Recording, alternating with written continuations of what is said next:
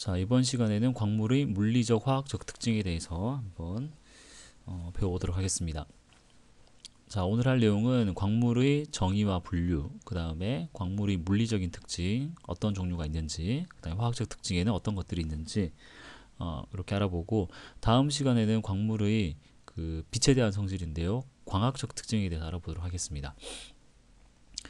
자, 먼저 우리가 지구가 원에서 암석에 대해서 배웠습니다. 뭐 화성암, 마그마가 식어서 된 돌 화성암, 그 다음에 퇴적물이 이제 굳어져서 만들어진 게 퇴적암, 그 다음에 기존의 암석이 변성작용을 받아서 만들어진 게 변성암, 이렇게 배웠었죠.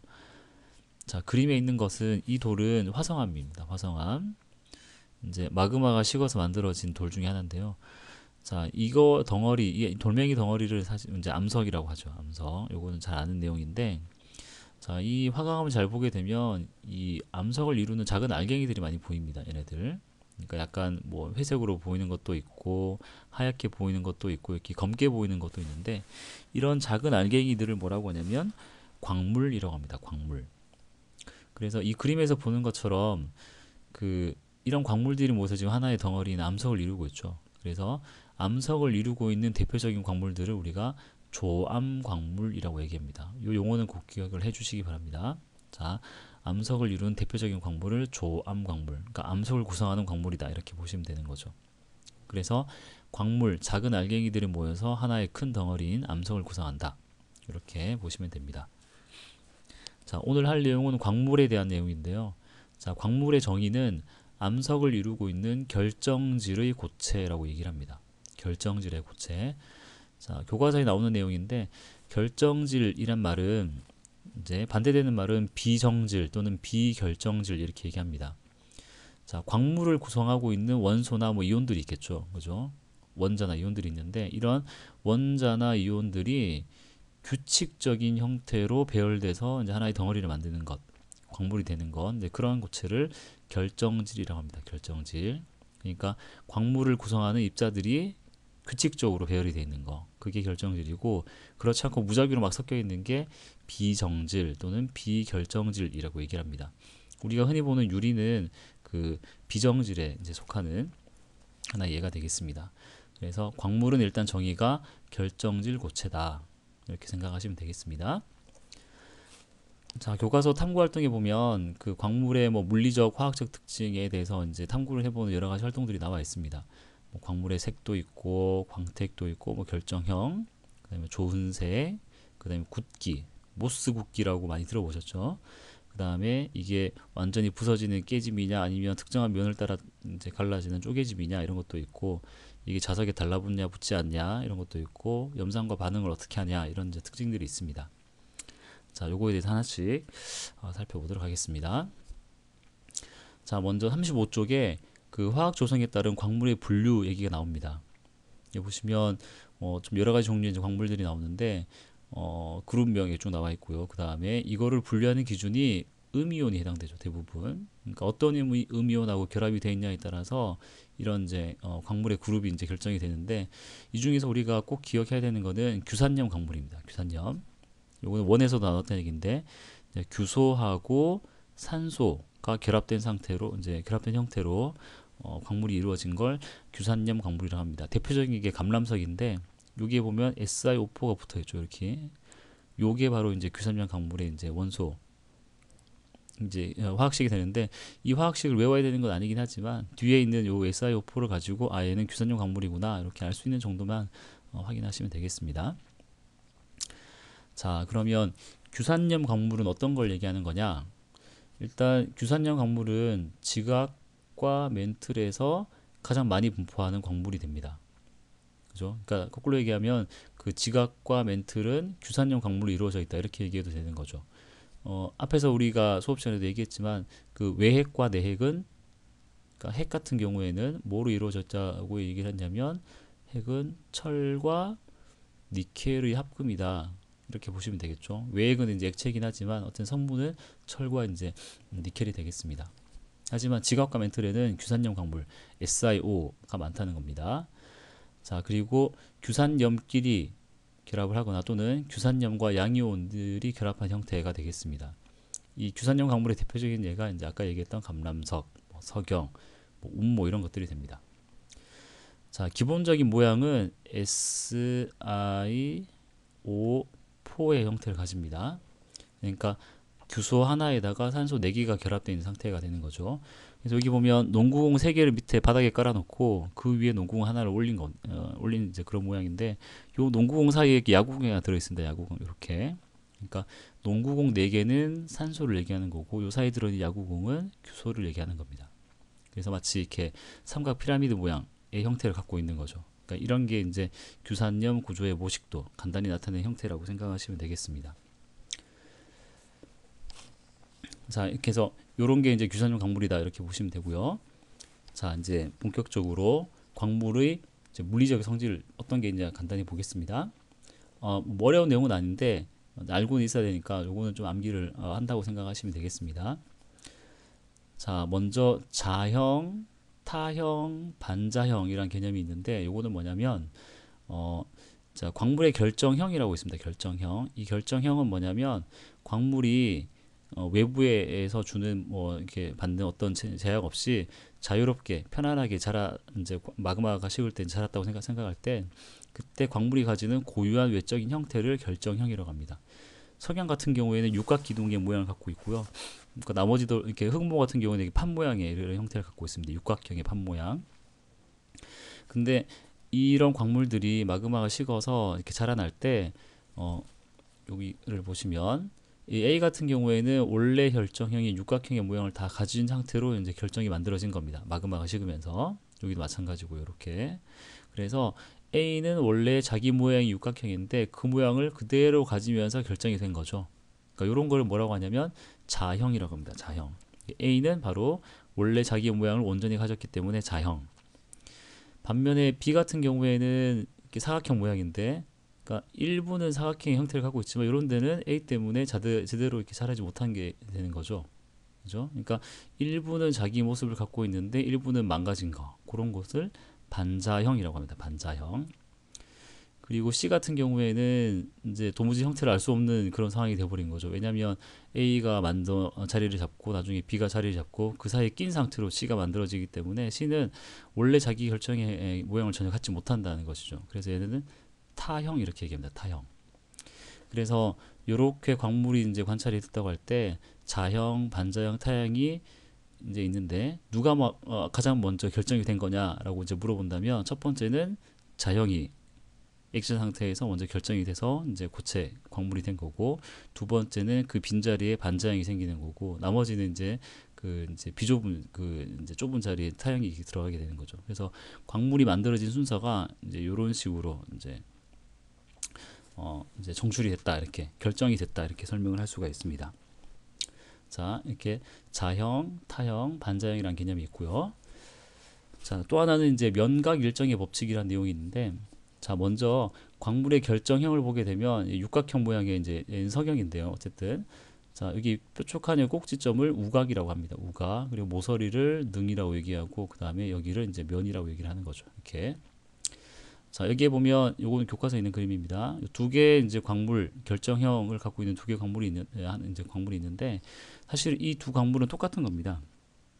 모양은 다르지만 같다고 얘기하는 거죠. 뭘 근거로 이렇게 얘기할 수 있냐면, 자, 여기 보시면 이쪽에 있는 요 면하고 요 빨간색 면하고 사이각이 120도라고 되어 있죠. 120도. 여기도 보면 여기 좁은 면 그리고 긴 면이 있는데 여기 사이가 120도라고 되어 있습니다. 즉 형태는 다르긴 하지만 두 면이 이루는 각, 요 각이 똑같으면 우리가 같은 광물이라고 볼 수 있다는 겁니다. 여기도 마찬가지로 142 똑같습니다. 자, 그러면 면각은 어디를 얘기하는 거냐면, 방금 얘기한 게 여기가 빨간 면이라고 합시다. 빨간 면. 그리고 여기가 파란색 면이라고 합시다.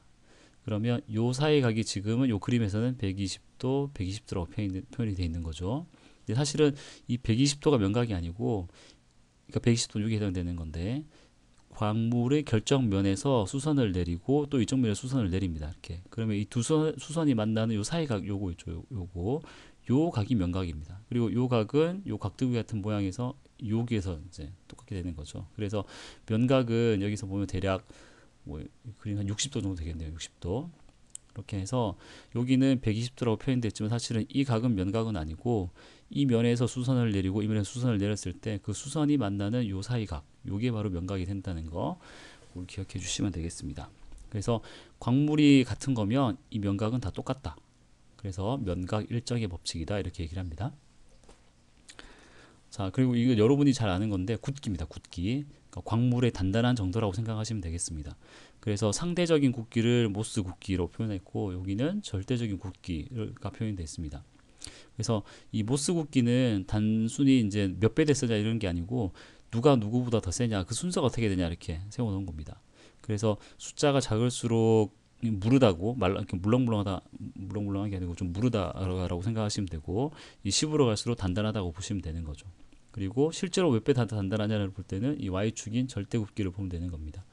예를 들면 석영하고 형석을 서로 긁게 되면 누가 긁히게 되냐면 석영이 단단하기 때문에 형석이 석영한테 긁히게 됩니다.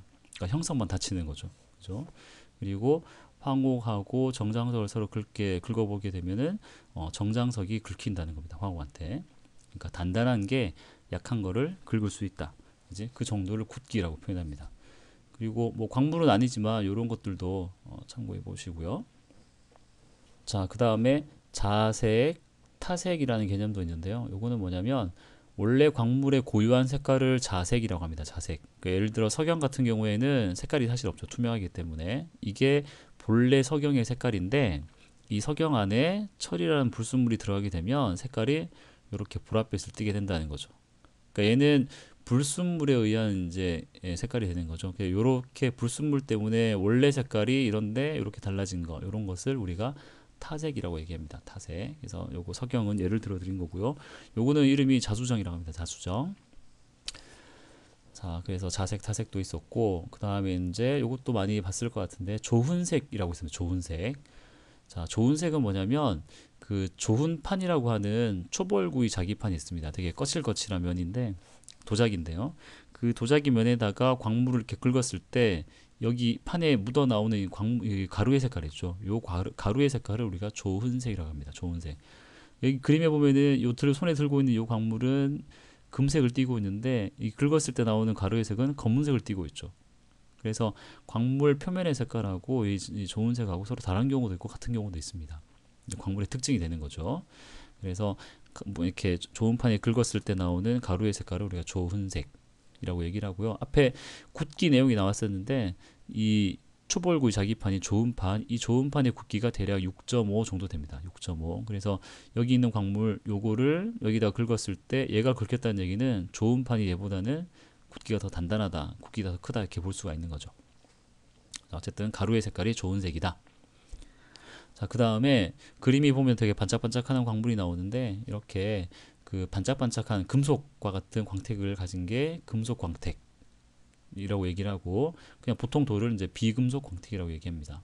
그래서 광물을 이루는 성분에 따라서 이렇게 금색 광택을 가지고 있는 것도 있고 아니면 일반 돌처럼 이렇게 광택을 띠지 않는 비금속 광택을 갖고 있는 광물도 있는 것이죠. 자, 광택은 그 정도 보시고요. 자, 요건 되게 중요한 개념인데 자, 쪼개짐과 깨짐입니다. 쪼개짐. 자, 쪼개짐은 특정한 면을 따라서 깨지는 거, 갈라지는 거죠. 그걸 쪼개짐이라 그러고 깨지는 것은 말 그대로 유리가 깨지는 것처럼 그러니까 특정한 모양 없이 그냥 무작위로 막 부서져 버리는 거 그걸 깨짐이라고 합니다. 그래서 우리가 이제 배우는 광물 중에서는 이렇게 쪼개지는 광물도 있고 이렇게 완전히 부서져 버리는 깨짐에 나타나는 광물도 있습니다. 대표적인 게 바로 한 방향으로 쪼개지는 흑음모하고 그 다음에 세 방향으로 쪼개지는 방해석이 있습니다.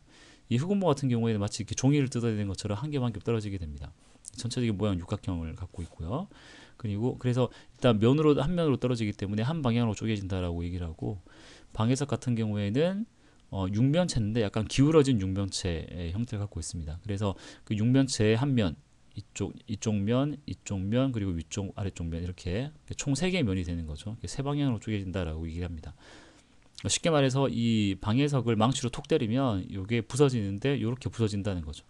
그러니까 작은 육면체, 기울어진 육면체 형태로 다 부서진다는 겁니다. 반면에 석영 같은 경우에는 이 망치로 때리면 이렇게 산산조각 나버립니다. 그러니까 특정 방향성이 없는 거고 완전히 부서져 버리는 거죠. 이런 것을 깨짐이라고 하고, 또 대표적인 깨짐을 갖고 있는 그 광물이 흑요석입니다. 흑요석 이렇게 좀 날카롭게 깨지는 모양이 나타나겠죠. 자, 이게 방해석을 뜯어내는 장면이고, 여기 흑음모를 뜯어내는 장면이고, 한 방향으로 쪼개지는 거, 이게 이제 방해석의 다양한 크기 이렇게 갖고 있는 방해석인 거죠. 다 때리면 다 이런 식으로 이제 쪼개진다는 겁니다. 얘는 세 방향, 요 흑음모는 한 방향. 꼭 기억하시기 바랍니다. 자, 그 다음에 교과서에 나오진 않는데 라우의 전문이라고 하는 광물의 특징도 있습니다. 뭐냐면 광물의 결정이 있는데 이 결정에 X선을 쏘게 되면 그 뒤에 필름에 이렇게 고유한 모양이 나타난다는 건데요. 자, 이런 고유한 모양, 규칙적인 모양이 나타난다는 것은 뭐냐면 이 결정을 이루고 있는 원자나 뭐 분자들, 뭐 입자들의 배열이 규칙적이라는 겁니다. 그래서 얘를 이제 결정을 구성하고 있는 입자들이 규칙적으로 배열되어 있기 때문에 그 뒤에 나오는 무늬도 이렇게 일정한 모양을 갖게 되는데, 이렇게 특별한 무늬를 갖는 것을 라우의 전문이라고 얘기를 하는 겁니다. 그러니까 거꾸로 보게 되면은 이런 무늬를 통해서 이 결정형이 이제 결정을 이루고 있는 그 원자의 배열이 어떤 식으로 이렇게 이루어졌는지도 이제 짐작을 할 수가 있다는 겁니다. 자, 이런 무늬를 라우의 전무늬, 광물의 물리적인 특징이라고 보시면 되겠습니다. 자, 여기까지가 이제 광물의 물리적인 특징이었고, 이제 지금부터는 광물의 화학적 특징에 대해서 한번 알아보도록 하겠습니다. 화학적 특징은 한 3가지 정도 있는데 4가지가 되겠네요. 4가지. 자, 먼저 염산 반응입니다. 뭐 쉽게 말해서 염산을 떨어뜨렸을 때 반응이 일어난다, 그런 얘기인데요. 자, 요거는 뭐냐면 대리암이라는 암석인데, 대리암은 그 주요 구성 광물이 방해석입니다. CaCO3. 그지? 그러니까 요런 이제 광물로 되어 있기 때문에 이 광물에다가 대리암이죠. 여기다가 이제 염산을 떨어뜨리게 되면 반응이 일어나서 거품이 생기는데 그 거품이 바로 요게 됩니다. CO2. 그래서 여기 보면 거품 막 생긴 거 보이시죠? 여기 보글보글 막 일어나게 됩니다. 그래서 이제 우리가 이제 뭐 질삼사나 이렇게 암석을 조사할 때 그 암석이 이 뭐지, 성분이 뭘까라고 궁금해서 이제 염산을 딱 뜨려보게 되는데, 그때 거품이 나온다라고 하면은 얘는 광물 안에, 암석 안에 이런 게 들어있구나, CO3가 들어있구나라는 걸 우리가 알 수 있다는 거죠. 자, 이렇게 해서 염산 반응, 이제 첫 번째 화학적 반응이었고요. 자, 두 번째는 이제 동질 이상이라는 개념인데요. 말 그대로 동질, 성분은 같은데 생긴 게 다른 거, 그거를 동질 이상이라고 얘기합니다. 자, 성분은 같은데 생긴 모양이 다른 거, 여러분이 잘 알고 있는 예인데요. 탄소로 이루어진 광물 2개입니다.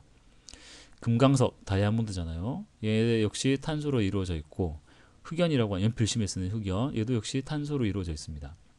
둘 다 순수하게 탄소로만 이루어져 있지만 하나는 너무너무 이렇게 값비싸고 좋은, 갖고 싶은 보석이고, 얘는 그냥 연필심으로 쓰이는, 뭐 유용하긴 하지만 쓰이는 흑연이 된다는 거죠. 그러니까 같은 성분임에도 불구하고 이 탄소가 결합하는 형태가 다르기 때문에 전혀 다른 외형을 갖게 되는 거, 이런 것을 동질 이상이라고 합니다. 자, 좀 더 보시면 금강석은 이렇게 팔면체 형태를 갖고 있는데 결정형입니다. 그러니까 내부에 보면은 여기 동그라미 하나가 다 탄소라고 보시면 됩니다. 탄소들이 이렇게 입체적인 모양으로 이제 결합을 하고 있는데, 흑연 같은 경우에는 아까 앞에 나온 흑음모랑 약간 비슷합니다. 이렇게 육각형인데, 그러니까 쪼개지는 거죠. 한 면으로 쪼개지는. 그러니까 이렇게 종이를 막 쌓아놓은 것 같은. 그래서 보면은 이 탄소들이 한 면으로 이렇게 결합을 하고, 또 면이 결합이 되고, 또 면이 결합되고, 이 면은 약하게 이렇게 결합이 되는 이런 상태를 갖게 됩니다. 그래서 같은 탄소지만 외적으로 나타나는 모양들은 전혀 다른 거, 그런 것들을 동질 이상이라고 합니다. 동질 이상. 그 금강석과 흑연이 만들어지는 그 온도 압력 조건이 대략 이렇게 됩니다. 그러니까 같은 성분임에도 불구하고 다른 형태를 가진다는 것은 생성 환경이 다르다는 건데요. 이 생성 환경은 온도하고 압력으로 생각하시면 되겠습니다. 그래서 예를 들어서 같은 1000도씨라고 하더라도 금강석은 훨씬 더 압력이 커야 되고, 흑연이 되려면 압력이 좀 낮아야 된다는 겁니다. 그죠? 그래서 각각 이런 온도 압력 조건에서는 금강석이 되기도 하고 흑연이 되기도 한다. 그래서 쉽게 생각해서 흑연이 있는데 얘를 엄청 세게 누르면 금강석이 될 수도 있다는 거죠. 그죠? 그래서 집에서 보석을 만들고 싶으면, 금강석을 만들고 싶으면 바로 그 타고 남은 게 그게 탄소잖아요. 탄소. 모아다가 엄청 세게 누르면 금강석이 되겠죠. 만들어서 선물을 하시면 결혼할 때 농담이고요. 자, 그 다음에 유질 동상이란 말도 있습니다. 앞에는 동질 이상이었죠. 이번에 유질 동상인데요. 유질은 뭐냐면 성분이 비슷한데 생긴 건 똑같은 거. 그러니까 그걸 유질 동상. 자, 성분이 비슷하고 생긴 게 똑같은 거. 자, 요거는 앞에서 나왔던 방해석입니다. 방해석은 CaCO3고요. 그 다음에 요거는 능철석이라고 하는 건데 FeCO3입니다.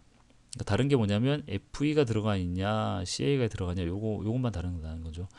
그 외에 결정형이나 내부의 결정 구조는 다 똑같습니다. 단지 Ca하고 Fe만 서로 자리가 바뀌었다 이렇게 보시면 되는 거죠. 그래서 얘 보면은 육면체 모양 갖고 있고 얘도 이렇게 막 덩어리져 있긴 하지만 잘 보면 육면체 모양 갖고 있습니다. 그래서 외적인 형태나 물리적인 성질이 비슷하게 나타나는 거 그런 것을 유질 동상이라고 합니다. 자, 이제 마지막 이제 화학적 특징인데요. 고용체라는 개념이 있습니다. 고용체. 자, 고용체는 쉽게 말해서 액체 같은 결정이라고 보시면 됩니다. 자, 무슨 말이냐면, 자, 감람석이라는 광물이 있는데 이 광물은 화학식이 이렇게 표현이 됩니다. 이렇게 특이하죠. Fe, 그러니까 마그네슘, 철 이렇게 표현이 됐는데 이렇게 표시하는 이유는 뭐냐면 마그네슘이 들어가도 되고 철이 들어가도 되고 둘 다 골고루 들어가도 되고 하나만 들어가도 되고 이렇게 자유로운 비율로 섞일 수 있다는 그런 의미로 이렇게 콤마를 찍어서 쓰게 됩니다. 자, 여기에 파란색 점이 마그네슘이라고 생각하시고 여기 빨간색 점이 철이라고 생각합시다. 그러면 어떤 감람석은 마그네슘만으로 이루어진 감람석이 있습니다. 뒤에는 뭐 SiF 규산염 광물이긴 하지만 또 어떤 감람석은 순수하게 철로만 이루어진 것도 있습니다. 근데 또 어떤 거는 반반 이루어지는 것도 있고 이렇게 철이 좀 많은 경우도 있고 마그네슘이 좀 많은 경우도 있습니다. 근데 이런 비율이 딱 정해져 있지 않고 그때그때 따라서 자유롭게 달라질 수 있다는 거죠. 이 마그네슘과 철의 비율이. 그래서 하지만 얘네들은 전부 다 감람석입니다. 감람석. 이렇게 해서 이런 식으로 그 철과 마그네슘, 특히 이제 철과 마그네슘 많이 그런 일이 나는데 철과 마그네슘의 비율이 자유롭게 막 섞이지만 하나의 광물인 거. 다 똑같은 광물인 거. 이제 그런 것을 우리가 고용체라고 합니다. 고용체. 자, 이것도 광물의 화학적 성질 중에 하나가 되겠습니다. 자, 그래서 여기까지 하면 이제 광물의 물리적인 특징, 화학적 특징에 대해서 이제 얘기를 대충 한 거고요. 요거는 38쪽에 있는 표인데요. 여기에 보시면 되게 많은 정보가 들어있는데 일단은 웬만큼 암기를 해야 되는 거긴 하지만 먼저 꼭 암기를 해야 되는 게 바로 이 빨간색으로 표시한 요겁니다. 자, 첫 번째 유색 광물이란 게 있고 무색 광물이란 게 있죠. 그리고 유색 광물에는 감람석, 휘석, 각섬석, 흑음모란 광물이 있고 무색 광물에는 한 개가 더 있긴 하지만 일단 몇 개 더 있긴 하지만 일단 여기 나오는 게 석영하고 장석이란 게 있습니다. 자, 여기 나오는 유색 광물의 4가지 종류하고 무색 광물 2가지는 꼭 암기를 하셔야 됩니다. 그러니까 뒤에 또 나오긴 하는데 이거는 꼭 암기를 하시고요. 그리고 밑에 있는 그림 모양은 정확히 암기할 필요는 없긴 하지만 대략 이런 모양이구나. 이거 뭐 단서형이라고 하는구나. 복사형, 이거 2줄짜리니까 복사형이고 면으로 되어 있기 때문에 판상형이라고 얘기하고 그냥 덩어리져 있는 게 망상형 이렇게 얘기합니다.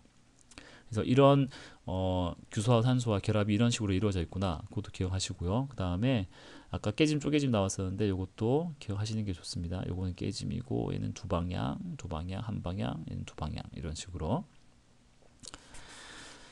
자, 여기에 보게 되면은 여기 파란색이 원자, 이제 O 원자, 산소 원자고 이제 요 노란색으로 표시된 게 규소 원자가 됩니다. 여기 보면은 세모 모양으로 이렇게 산소가 이렇게 배치되어 있고 가운데 이렇게 산소가 또 있고 한가운데 규소가 들어가 있습니다. 요거는 요 삼각 피라미드 모양을 위에서 내려다본 모습이라고 보면 생각하시면 됩니다. 이렇게 산소가 이렇게 있고 삼각형으로 놓여 있는 거죠. 그게 바로 요 삼각형 요 세 개입니다. 세 개. 그리고 요 위에도 산소가 또 있는 거죠. 그죠? 그게 바로 여기에 가운데 있는 산소 요겁니다. 그리고 요 가운데에 규소가 들어가 있습니다. 규소. 그게 이제 여기에 노란색으로 이렇게 그려져 있다고 보시면 됩니다. 그래서 얘는 따로따로 떨어져 있기 때문에 독립형이고 한 줄로 쫙 붙어 있으면 단서형이고 요 한 줄짜리가 2개 있으니까 복사형이고 면으로 있으니까 판상형 이렇게 되는 겁니다. 자, 요거는 수능 특강에 나오는 그림인데요. 여기 잘 보시면 이제 똑같은 겁니다. 이게 단쇄, 그러니까 독립형, 요게 단쇄형 이렇게 되는 거죠. 근데 여기에 보면 Si 대 O가 1대 4, 뭐 1대 3 이런 이제 표시가 되어 있습니다. 요거는 뭐냐면 이런 겁니다. 자, 보시면 일단 요 피라미드 모양, 그러니까 여기 산소, 산소, 산소, 위에도 산소, 요거를 위에서 본 겁니다. 그리고 한가운데 규소가 들어가는데 규소는 이렇게 표시를 한 거고요. 요게 바로 요겁니다. 요거. 자, 1대4는 뭐냐면 규소 하나가 4개의 산소를 갖고 있다. 이렇게 보시면 되는 거죠. 그래서 한 개의 규소가 4개의 산소랑 붙어 있다. 그래서 1대4가 되는 거고요. 자, 단설상 1대3이라고 되어 있죠. 요거는 어떻게 되는 거냐면 한 줄로 쫙 이어져 있는데, 자, 규소가 이렇게 하나씩 들어가 있습니다. 그러니까 요 한 덩어리가 SiO4가 되는 거죠. 그리고 여기를 중심으로 또 4개가 이렇게 만나 있습니다. 자, 그런데 이 규소하고 요 규소는 가운데 있는 요 산소를 서로 공유한다는 겁니다. 그러니까 이 산소는 얘한테도 붙어 있고 얘한테도 붙어 있는 거죠. 여기 있는 산소는 여기 있는 규소에도 붙어 있고 여기 있는 규소에도 붙어 있고, 그러니까 요 파란색으로 표시해놓은 요 산소는 여기 있는 규소, 여기 있는 규소, 또 여기 있는 규소, 여기 있는 규소에 서로 공유되어 있는 겁니다. 자, 그러면 순수한 하나의 규소는 산소를 몇 개 갖고 있냐면 여기 하나, 여기 하나, 얘는 반개, 그죠? 0.5개, 얘도 반개, 0.5 이렇게 되는 거죠. 그래서 총 몇 개의 산소를 갖고 있냐면 3개를 갖고 있습니다. 한 개, 한 개, 반개, 반개. 그래서 규소 하나가 총 3개의 산소를 가지고 있다. 순수하게. 그래서 1대3이 되는 겁니다. 보면 얘는 4대11, 2대5, 1대2 이렇게 가는 거죠. 그죠? 점점 그 규소 하나가 갖고 있는 산소의 개수가 점점 줄어든다는 걸 볼 수가 있습니다. 자, 이게 뭘 의미하냐면 규소 하나가 가지고 있는 산소의 개수가 줄어든다는 얘기는 여기 나오는 것처럼 공유된 산소가 많다는 겁니다. 공유된 산소. 그러니까 이 감람석에서 석영으로 갈수록 산소가 점점 규소하고 점점 더 많이 공유가 된다는 겁니다. 결합을 더 많이 한다는 겁니다. 그래서 이 그림도 보면은 이게 독립이지만 한 줄로 결합하고 두 줄로 결합하고 완전히 덩어리처럼 결합하고 훨씬 더 결합을 많이 하는 거죠. 그러니까 결합을 많이 할수록 단단하다고 또 볼 수가 있는 거죠. 풍화에 더 잘 견딜 수가 있고, 그런 특징도 설명할 수가 있습니다. 자, 그래서 일단 다시 앞으로 돌아가서, 자, 이 그림에서 감람석, 휘석, 각섬석, 흑운모, 그 다음에 석영장석 이름을 꼭 기억하시고요. 모양도 대략 좀 기억해 주시고, 그 다음에 먼저 이렇게 깨짐의 특징, 쪼개짐의 특징 좀 기억을 해 주시기 바랍니다. 자, 여기까지 하면 물리적 화학적 성질은 대략 설명이 됐습니다.